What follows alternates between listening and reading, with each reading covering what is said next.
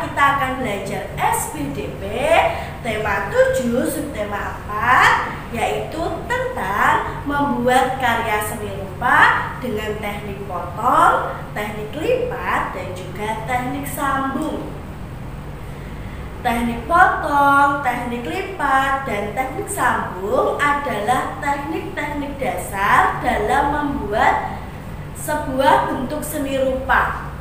Bentuk seni rupa dibuat pada sebuah bidang seperti kertas, kardus, kain, atau benda dua dimensi lainnya yang mudah dilipat.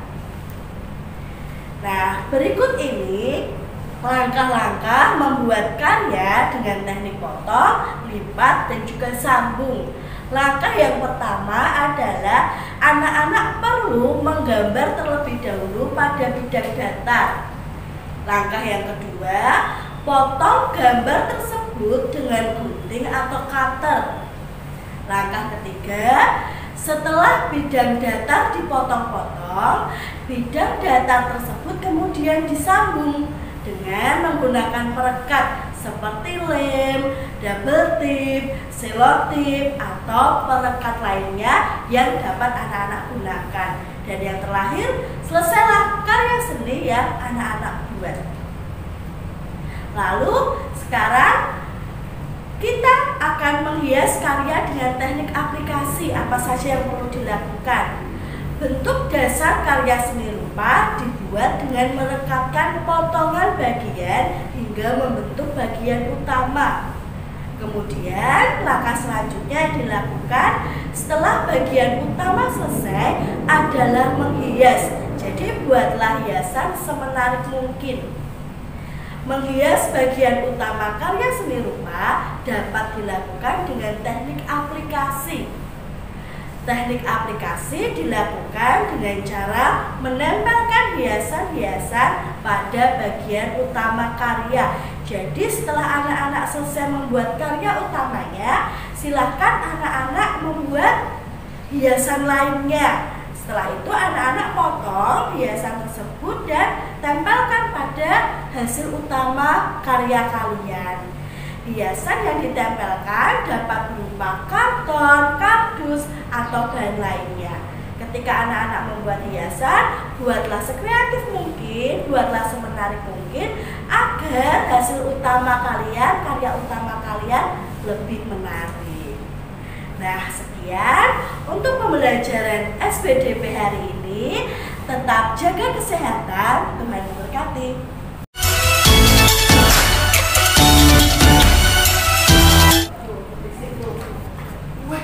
Selamat pagi anak-anak, kembali berjumpa dengan Pak Cahyo. Hari ini kita akan belajar tema 7 subtema 4, melestarikan alam, muatan pelajaran pendidikan agama Katolik ya. Temanya adalah melestarikan alam. Mendengar kata alam, kita sangat diimajinasikan dengan berbagai keindahan hutan, ada berbagai wisata-wisata yang tentang alam. Nah, kita akan belajar tentang alam, melestarikan alam. Ya, melestarikan lingkungan alam. Nah, Allah itu menciptakan segala sesuatu melalui sabda yang diucapkannya, tanpa memerlukan alat maupun bahan. Ya, itu karena kehebatan Allah. Allah menciptakan manusia itu sesuai dengan gambar Allah, atau gambar dirinya, atau secitra dengan Allah ya. Jadi wujud kita itu sama dengan Allah atau serupa dengan Allah ya. Jadi bentuk gambaran dari Allah itu bukan lagi binatang atau tumbuhan, tetapi secitra dengan manusia ya. Kisah penciptaan alam semesta dan manusia itu terdapat dalam kitab Kejadian. Ini ada di Perjanjian Lama. Allah menciptakan dari hari pertama sampai dengan hari ke-7 itu ada di kitab Kejadian. Tuhan menciptakan alam beserta isinya bagi manusia itu agar manusia dapat hidup ya. Mari kita perhatikan. Manusia pertama, masih ingat namanya siapa? Adam ya. Itu adalah manusia laki-laki pertama. Adam dalam bahasa Ibrani itu artinya tanah, ya. Dan reboisasi, kita akan membahas tentang reboisasi, ya. Reboisasi itu adalah gerakan masyarakat untuk menanami hutan yang telah gundul. Nah, Allah itu memberi kuasa pada manusia untuk menguasai alam semesta. Firman Allah tentang alam itu adalah segala tumbuhan yang berbiji itulah yang menjadi makanannya. Lalu memelihara dan memanfaatkan alam secara bertanggung jawab merupakan bagian dari iman kepada Tuhan. Jadi anak-anak, apabila anak-anak memelihara tanaman, memelihara hewan, itu bagian dari mengembangkan iman. Semua wujud ciptaan Allah adalah dalam keadaan yang baik, ya, tidak ada yang jelek. Maka kita patut bersyukur. Contoh kegiatan menjaga kelestarian lingkungan antara lain apa saja, anak? Yang pertama ada menyiram tanaman pada pagi hari dan sore hari secara teratur. Nah, siapa yang pernah melakukan? Nah, ini adalah contoh kegiatan menjaga kelestarian alam. Yang kedua, memberi pupuk pada tanaman. Ya, tanaman itu perlu pupuk atau makanan untuk tanamannya. Ya, melakukan kegiatan reboisasi pada hutan yang gundul. Jadi kalau di lahannya anak-anak itu sepi tanaman, tidak ada tumbuh-tumbuhan, kamu tanami, ya. Supaya apa? Supaya terjadi penghijauan. Ya. Melakukan tebang pilih pada saat menebang pohon. Ketika menebang pohon, jangan asal tebang. Ya. Kita harus memilih mana usia yang tepat pada pohon tersebut supaya pas untuk ditebang. Lalu jangan lupa ditanam kembali, ya. Lalu tidak melakukan penebangan secara liar, ya. Menebang secara liar, kita akan membuat hutan menjadi gundul, menjadi banjir, tanahnya bisa menjadi longsor. Nah, kebakaran hutan itu dapat terjadi karena apa saja tuh? Yang pertama, musim kemarau yang panjang, lalu membuang sisa rokok yang masih menyala di hutan, membiarkan bekas api unggun yang masih membara. Banyak yang membakar hutan untuk membuka lahan ladang. Nah, ini terjadi di pulau-pulau bagian Indonesia bagian barat, ya, di Sumatera. Itu banyak sekali kejadian. Namun itu tidak perlu kita tiru, kita harus melakukan penghijauan. Nah, jika banyak orang yang melakukan pembakaran hutan, maka akibatnya apa tuh? Yang pertama tentunya banyak kabut asap. Lalu terjadi gangguan pernapasan. Karena banyaknya asap, kita menghirup napas pun menjadi sesak. Nah, lalu lintas udara atau penerbangan menjadi terganggu karena banyaknya asap. Ya, ketika terbang di udara, tidak terlihat pandangannya. Lalu pandangan mata menjadi kabur, ya, karena tidak melihat di sekeliling kita. Lalu mata menjadi pedih. Lalu lintas darat terganggu juga karena jarak pandang terhalang kabut, ya. Nah, kita akan belajar namanya cagar alam. Cagar alam. Ini ada beberapa cagar alam yang ada di Indonesia. Ada cagar alam Karangbolong di Nusa Kambangan. Kebun Raya Cibodas itu untuk tumbuhan paku-pakuan dan tanaman obat. Tumbuhan paku-pakuan itu tidak berbentuk paku, ya, itu seperti lumut. Lalu cagar alam Anak Krakatau di Selat Sunda. Cagar alam itu biasa untuk penangkaran tumbuhan langka, ya, anak-anak, ya. Kalau ada cagar alam Waigeo Barat di Papua, nah, itu adalah cagar alam. Sekarang kita akan belajar Suaka Marga Satwa. Apa itu Suaka Marga Satwa? Suaka Marga Satwa adalah tempat untuk melindungi hewan-hewan yang hampir punah.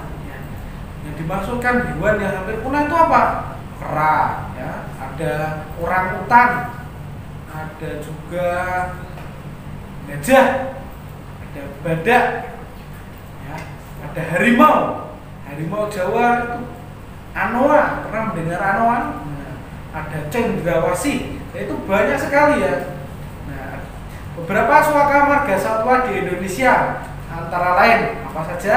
Ada Taman Nasional Tanjung Puting, Provinsi Kalimantan Tengah. dan yang melindungi orang utan. Lalu ada Suaka Marga Satwa di Pulau Komodo dan Pulau Rinca, Provinsi Nusa Tenggara Timur, melindungi komodo. Ya. Lalu Taman Nasional Waikambas, Provinsi Lampung, ada penangkaran gajah Sumatera. Di sana bahkan ada sepak bola gajah. Ya, para gajah itu juga melakukan pertandingan sepak bola. Bisa dicek ya. Ada Taman Nasional Gunung Leuser, Provinsi Nanggro Aceh, Darussalam di Sumatera Utara. Dan Sumatera Utara ya maksudnya, itu ada penangkaran gajah, harimau, badak, kera, dan macan tutul. Terakhir ada Taman Nasional Ujung Kulon, Provinsi Banten. Dia melindungi badak bercula 1. Wisata alam di Indonesia antara lain ada Tawangmangu, yaitu air terjun dan hutan cemara. Ini ada di Solo Karanganyar. Ya. Lalu ada Tanah Laut Bali, itu ada pura dan pemandangan laut. Ada Candi Borobudur di Magelang, ada Pantai Sanur di Bali.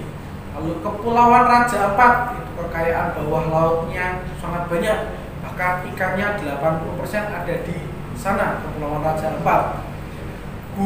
Gunung Bromo di Jawa Timur. Lalu Taman Laut Bunaken di Sulawesi Utara, itu untuk wisata diving. Ya. Lalu ada Danau Toba, Sumatera Utara, itu untuk pemandangan alam danau dan Pulau Samosir di tengahnya. Ya. Baik anak-anak, itulah pembelajaran kita pada hari ini. Sekian untuk pembelajaran hari ini. Jaga kesehatan dan Tuhan memberkati.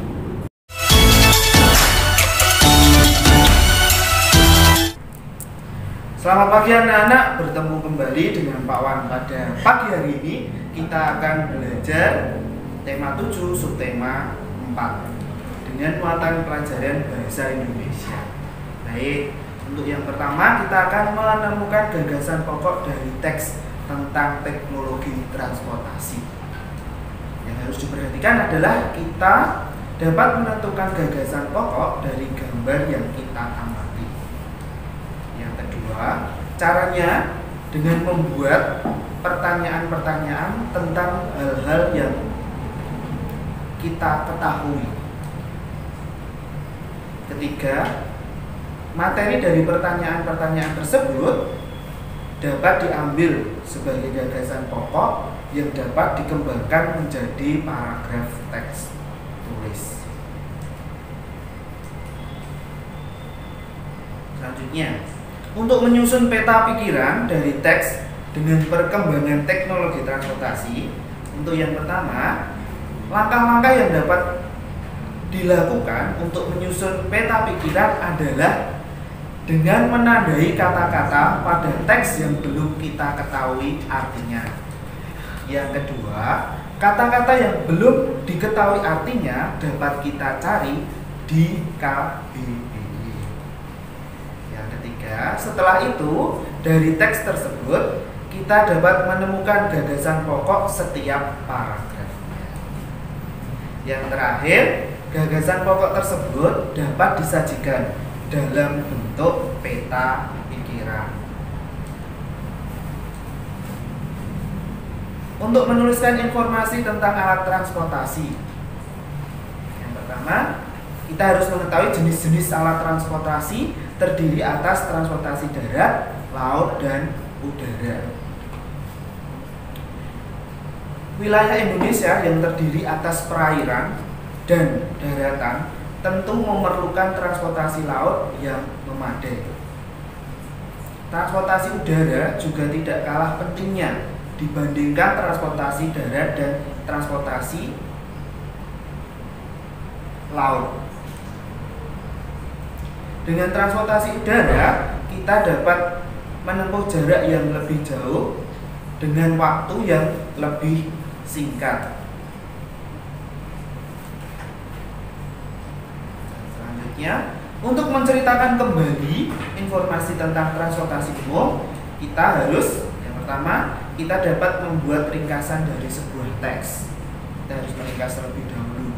Dan yang kedua, ringkasan dibuat setelah kita memahami isi teks tersebut. Yang ketiga, isi teks dipahami secara bertahap dari paragraf awal sampai paragraf terakhir. Baik anak-anak, cukup sekian pembelajaran hari ini. Selamat mengerjakan tugas di Google Classroom. Tetap semangat. Tuhan memberkati.